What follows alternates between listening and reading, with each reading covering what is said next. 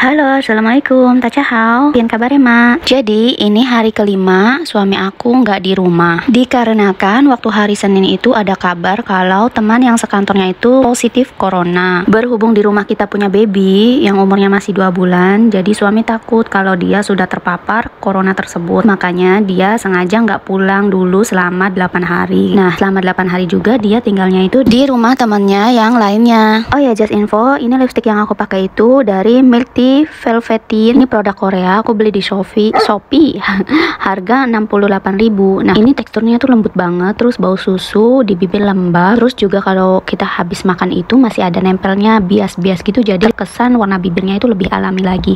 Ini nggak bikin bibir kering. Oh ya, ini bukan di endorse ya, ini emang asli aku pakai lipstick ini, nyaman banget. Nah, aku juga pakai di pelopak mata, jadi hemat budget gitu. Lipstick dipakai serbaguna buat pipi juga, jadi nggak perlu banyak-banyak buang uang ya buat beli kosmetik.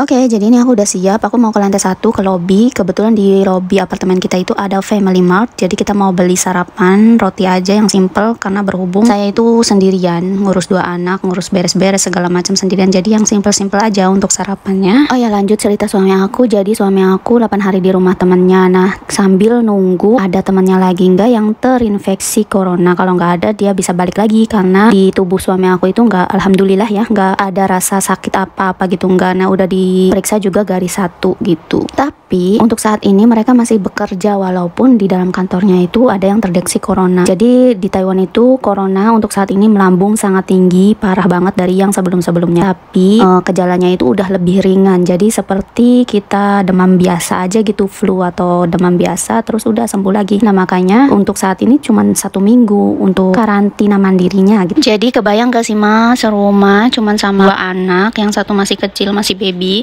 Kadang dimana aku tuh ngerasa kesepian, capek ya, capek sih, tapi nggak capek banget gitu, karena mesin cuci udah cuci, tinggal dimasukin, keluar udah kering. Paling aku tinggal ngelempitin, yang perlu disetrika ya aku setrikain. Nah, ini family-nya di sini. Nah, ini aku udah beli roti, aku balik lagi. Nah, itu apartemen aku. Nah, ini bagian lobbynya. Ini lobbynya sini. Ini liftnya, kita naik lagi ke lantai 7 ya. Kalau yang tanya kenapa sih aku nggak pakai ART aja gitu, pakai jasa bantu-bantu, ya jawabannya nggak punya uang. Jadi intinya sih PRT di sini tuh mahal, Mak. Paling murahnya itu 7 juta per bulan, Mak. Bahkan kalau yang swasta itu bisa nyampe 13 juta, 12 juta. Jadi untuk uang segitu itu menurut aku masih sangat berharga. Itu bisa aku tabung buat masa depan anak-anak, karena anak aku itu 3. Bayangin kalau mereka mau kuliah, kepingin kuliah di luar negeri, Amerika atau di Swiss. Itu kan harus perlu banyak banget uang yang kita siapin. Jangan sampai anak pengen kuliah terus kita sebagai orang tua jawabannya ya mau gimana, mama papa nggak punya uang. Itu pasti sangat menyedihkan. Tapi semua itu tergantung prinsip dari keluarga masing-masing ya, Maya. Ini sih prinsip aku. Emang kadang kita kan rezeki nggak tahu, kadang emang ada keluarga yang benar-benar susah banget gitu, padahal udah berusaha semaksimal mungkin, tapi benar-benar nggak bisa buat biaya anak sekolah atau lain sebagainya. Itu ini sih aku bahas tentang keluarga aku sendiri aja ya, jangan dibandingkan sama keluarga-keluarga lainnya. Oke, di sini Cece Syakila lagi sarapan, rambutnya belum diikat, maklum lamanya ini sibuk banget. Kita lihat dulu kondisi si babynya lagi ngapain. Oh, masih bobo. Udah bangun. Oh, untung gak nangis. Ini aku beres-beres dulu, bekas tidur tadi belum diberesin. Jadi aku paling gak betah banget kalau bangun tidur terus nggak beresin kasur gitu ya. Terus siang-siang kita pas mau tidur siang itu kasur dalam kondisi berantakan, itu kayaknya bikin suasana hati kurang baik gitu ya. Jadi berasa pengen ngomel-ngomel gitu ya, Mak ya. Tapi berhubung suami nggak ada, jadi nggak ada pelampiasan buat ngomel-ngomelnya, itu nggak ada, nggak seru kalau nggak sama suami. Ada yang sama kah?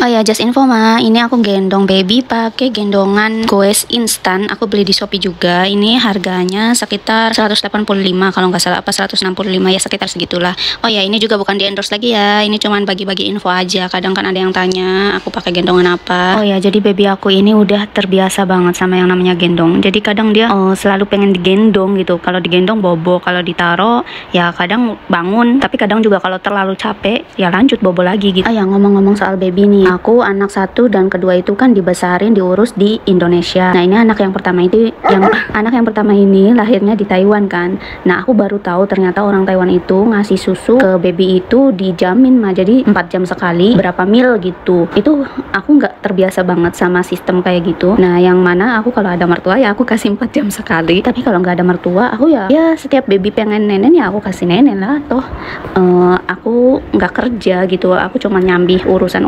kerjaan rumah, jadi hencentan kan. Siap itu buat cuci mukanya baby karena dia kulitnya sensitif banget. Jadi kita kalau pagi cuci muka doang pakai air infusannya kayak gitu. Nah sebelumnya harus anget airnya, jadi kita isi air panas dulu yang ini.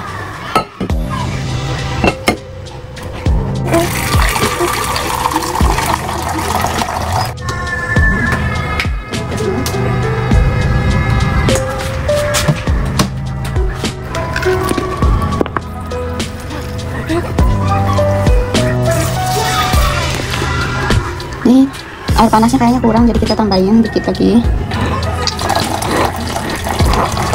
Oke. Terus biar anget kita masukin ke sini kayak gitu. Nah ini siap buat cuci muka. Oh ya, just info buat teman-teman Indo yang mau nikah sama orang Taiwan, yang prosesnya bingung, barangkali butuh sharing, butuh tanya-tanya, silakan. Aku welcome buat kalian, barangkali mau tanya-tanya, add aja FB aku atau Instagram aku atau TikTok aku. TikTok aku sama namanya Elsa Niati. Nah, untuk Instagram dan FB aku cantumin di video sini ya. Karena dulu pengalaman aku waktu proses ngurus dokumen pernikahan itu lumayan maafan atau repot gitu ya. Ditambah lagi aku nggak punya teman buat yang bisa ditanya-tanyain gitu. Jadi makanya aku pengen sharing ke kalian yang butuh info tentang ngurus dokumen pernikahan Indo-Taiwan. Monggo aku bisa bantu jawab kalau aku masih ingat ya sebisanya aja gitu. Oke, jadi kalau pagi itu aku cuman ngelap doang ke baby, dilap pakai air infusan tadi. Nah ini aku mau minum vitamin aku, kolagen, bagus banget buat kulit. Ini juga nggak di endorse lagi ya, emang aku minum rutin, aku sama suami 1 kali, kadang juga 2 kali. Ini rasanya enak banget, asam-asam manis, seger gitu. Ini buat kulit kolagen bagus ya, bikin kulit kenceng. Ditambah lagi buat ibu hamil dan menyusui itu aman. Terus buat cewek cowok boleh minum. Kalau di Shopee Taiwan itu aku lihat harganya itu sekitar 800 NT, dapat 30 pieces. Nah jadi begini, baby aku itu kalau ditaruh tidurnya sebentar terus bangun lagi, tapi kalau digendong langsung bobo lagi gitu. Kalau ditaruh ya sama bangun lagi. Kadang capeknya di sini gitu, ngurus baby itu benar-benar capek banget ya. Dan kesyukuran alhamdulillahnya itu si Cece Shakila ini benar-benar nurut banget, gampang banget diurusnya, nggak ngerepotin gitu. Jadi aku nggak terlalu berat buat ngurusin rumah. Nah gini nih rempongnya mama, mumpung baby bobo kita harus cepet gunakan waktu ini sebisa mungkin, yaitu beres-beres. Dan ini juga aku mau nyetrika baju suami dan naruh-naruh barang-barang, baju-baju yang udah aku lempit-lempitin karena lalu nggak sempet. Ini sih kerjaan rumah kita sambi aja ya, nomor 1 itu yang ngurusin anak lah. Rumah mah sebisanya, sekepegangnya aja, nggak perlu nemen-nemen kalau orang Jawa ngomong. Ya sambil semprot parfum, kayaknya tuh nggak enak kalau nggak pakai parfum. Berhubung punya baby jadi aku nyemprotnya di bagian celana gitu ya, biar nggak ketempel sama badan baby. Mumpung masih tidur, setrika dulu baju kerja suami. Ini baju kerja ada 1 doang. Iya, jangan galvok sama baju aku yang ada putih-putihnya, itu bedaknya si baby. Karena mukanya itu masih ada beruntus-beruntusan gitu, masih ada bintik-bintiknya, jadi aku bedak-bedakin terus biar bintik-bintiknya hilang gitu. Ya lumayan sih ada perubahan. Just info, jadi suami aku itu nggak nuntut harus nyetrika baju, enggak. Tapi aku, ini inisiatif aku sendiri karena aku nggak betah. Dari dulu pun aku baju, jangankan baju kerja, baju keseharian aja yang bahannya perlu disetrika itu aku setrika. Malah dulu waktu di Indo, kaos dalam aja aku setrika. Jadi aku tuh nggak betah sesuatu baju yang lusuh-lusuh gitu, kayaknya nggak pantas dilihat. Padahal orang Taiwan sini itu jarang banget yang namanya nyetrika baju. Ya tergantung orangnya, tapi kebanyakan dari orang Taiwan itu jarang yang namanya nyetrika karena mereka itu lebih memilih hemat listrik. Contohnya sama kayak kita mandi. Kalau di Indonesia kita mandi sehari 2 kali ya, kalau di Taiwan itu mandi cuman sehari sekali, pas mau kita tidur malam aja udah gitu. Itu cara mereka menghemat air dan menghemat listrik. Oke, setelah disetrika aku selalu semprotin parfum dari Dunhill Blue, walaupun bukan versi aslinya, ini versi KW-nya yang mil-milan itu mah. Tapi yang versi Dunhill Blue beneran rekomen banget harumnya itu. Buat cewek maupun cowok itu pas itu elegan, kayaknya tuh baunya itu berkelas banget beneran. Suami aku ini orangnya selektif banget sama sesuatu hal, apalagi itu parfum. Aku semprotin parfum ini, dia tuh nggak komplain. Oke, lanjut Mak. Dari nyetrika aku langsung beres-beres kamar yang bekas suami aku pakai, karena semenjak covid merebak suami aku tidurnya itu pisah kamar, di kamar anak, dan kedua anak aku tidur sama aku. Ini biar aman sih, karena takutnya kan suami keluar rumah, nah kita nggak tahu suami itu ketemu siapa aja, ketemu sama orang yang maksudnya terpapar atau gimana ya. Intinya ini langkah-langkah antisipasi kita. Jadi kita ganti spraynya, kita cuci biar bersih, biar rapih. Kalau rapih kan sincin hanhao, atau perasaan kita jadi baik gitu, suasana hati jadi baik. Oh ya, ada yang sama nggak sih Ma kayak aku? Aku tuh paling gak betah banget kalau spray lama nggak diganti. Aku itu paling lamanya itu 1 minggu udah aku ganti spray. Malah kadang paling cepatnya itu 2-3 hari sekali ya udah aku ganti. Kayaknya tuh di kulit tuh udah berasa gitu kalau kelamaan tuh nggak enak. Oke, langsung kita menuju ke tempat penyucian dosa-dosa ya, dosa-dosa masa lalu. Jadi sebenarnya aku malu banget bawa kamera ke tempat berantakan seperti ini ya. Ya maklum ya Mak ya. Jadi kayak ginilah suasana tempat pencucian. Kerang-kerang, daki-daki.